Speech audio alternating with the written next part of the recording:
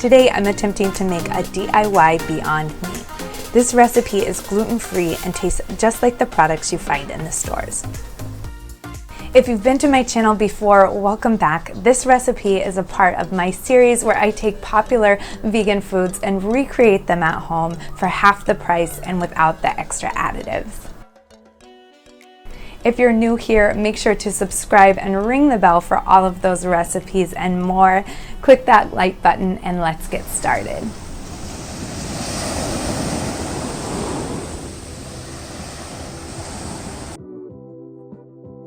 I am using a pea protein and texturized vegetable protein for the bulk of my burger.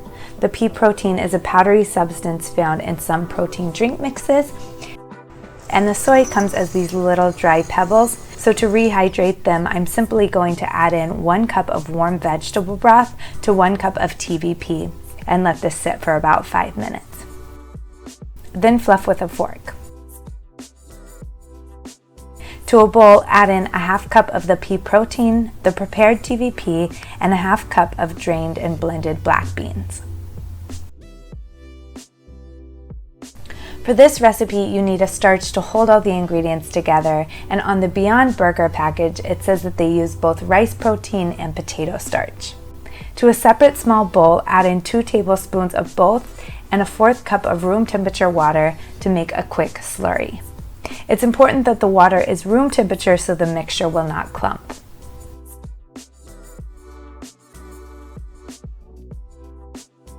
Then add in a 1/4 cup of beet powder. This is optional and just for color. The ingredient list also has some other fruit extracts in it, but this is just to help maintain and brighten the color during packaging, and it's not needed for this recipe. For seasoning, I'm using a simple blend of 1 tablespoon of paprika, 1 teaspoon of garlic salt, a tablespoon of nutritional dry yeast, and salt and pepper to taste.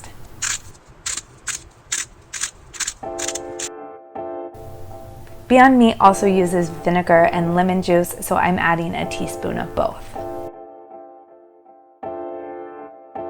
Next, add in 2 tablespoons of liquid smoke and a tablespoon of molasses for flavor.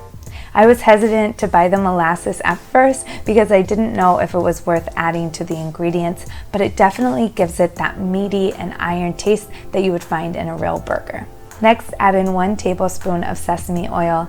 This is also optional, but will give it an umami taste and make the dish more flavorful. Mix all of the ingredients together and set in the fridge to chill.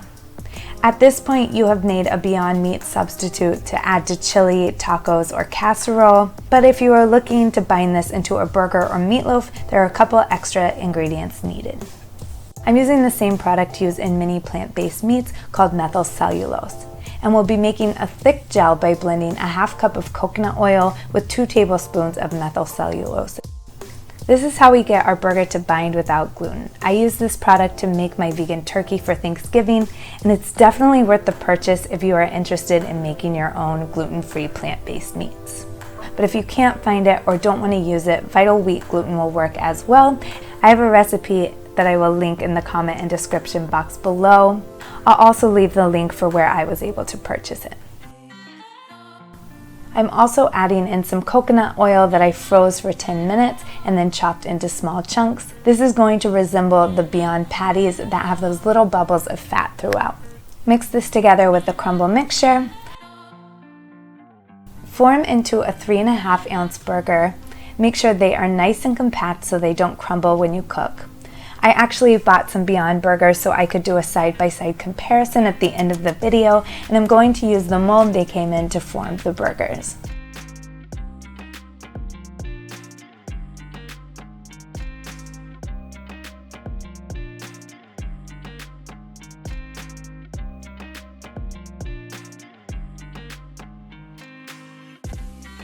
Since these are plant-based and made gluten-free, they need to be cooked on a medium-low heat.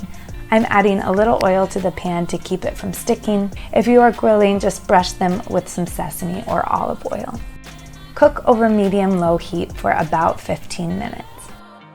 Then turn up the heat to medium-high and cook for another 3 to 5 minutes on each side until you see a dark brown sear. If the burger crumbles when you flip, just press in the sides. The sears should hold everything together.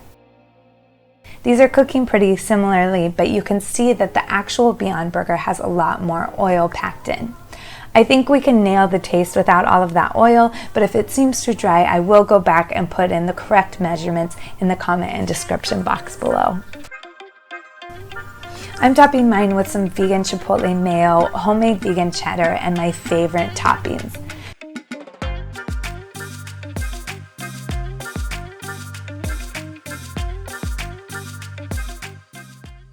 So I've got both of the burgers. I've got the one I've made and the original Beyond Burger. I'm gonna give these a taste and let you know what I think.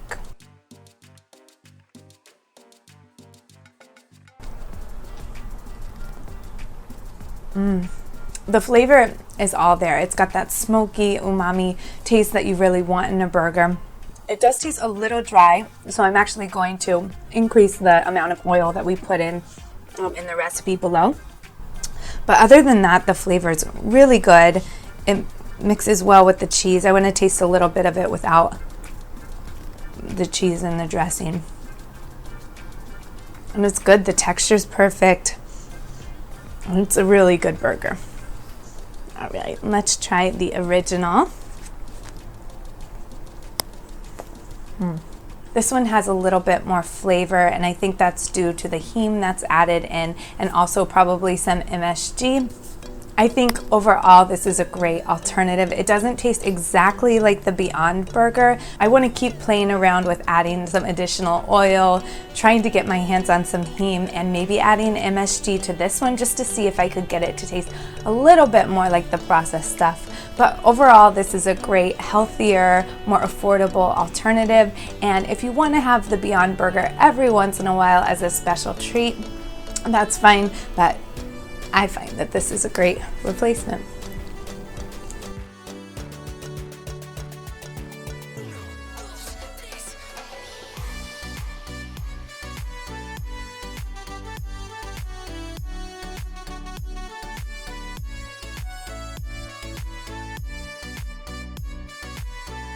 If you like this video, give it a thumbs up and share it out on social media. The full ingredient list and written recipe link can be found in the comment and description box below. Thanks for watching, and I'll see you in the kitchen.